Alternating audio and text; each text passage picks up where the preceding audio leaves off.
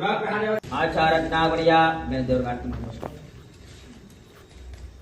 आचारज्ञागर स्वरस्ता चटप्रचंडोदं बोध्याहंत प्रविश्याः पुण्यमाचनालेपनादिकं कृत्वा पुण्यस्य पश्चिमे वोष्या आयोयाक्षिप्या उत्तरेण प्रादत्वा पाक्ष्य नश्चित्या पश्चादयमन्त्र ಪಂಚಾಮೃತ ಅಭಿಷೇಕಗಳನ್ನು ಮಾಡ್ತಾ ಇದ್ರು. ನಾನು ಅಲ್ಲಿರ್ತಾ ಇದ್ದೆ.